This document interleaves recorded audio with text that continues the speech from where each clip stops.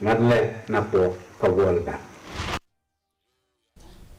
Myntri katna puli puthi ke sarkar jilla urakam e sangmau laong bakidon san pusan hajar shis pa prap kandai ngut ki khna puli ki bene khoni eksamin secondary school living certificate kat bakidon lai pusau hajar lai spa lai pusan ngut ki khna puli ki bene khoni ka eksamin higher secondary school living certificate ki ban sedang ha ka shitarik bat sau tarik ulber Habakren kelap thai kubor, Myntri laong ba ka meglaya Board of School Education kalapan krep ban petngor, yo don kanu ka jing lat tu jong ki jing keli.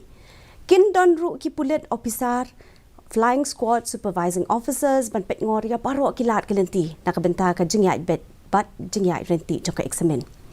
Laya tu ru bagi don chispa pra teli ki center nakabenta ka eksamin HSSLC but chispa san pukandai teli nakabenta ka SSLC hakeleng ki khat ar teli ki district jong ka jilla 28,072 students will be appearing for SSLC examination and 2,812 for science, 2,440 for commerce. Total 34,335 students will be appearing for SSLC, both science, commerce and the arts stream. And for SSLC, 55,189 students will be appearing for SSLC examination 2024.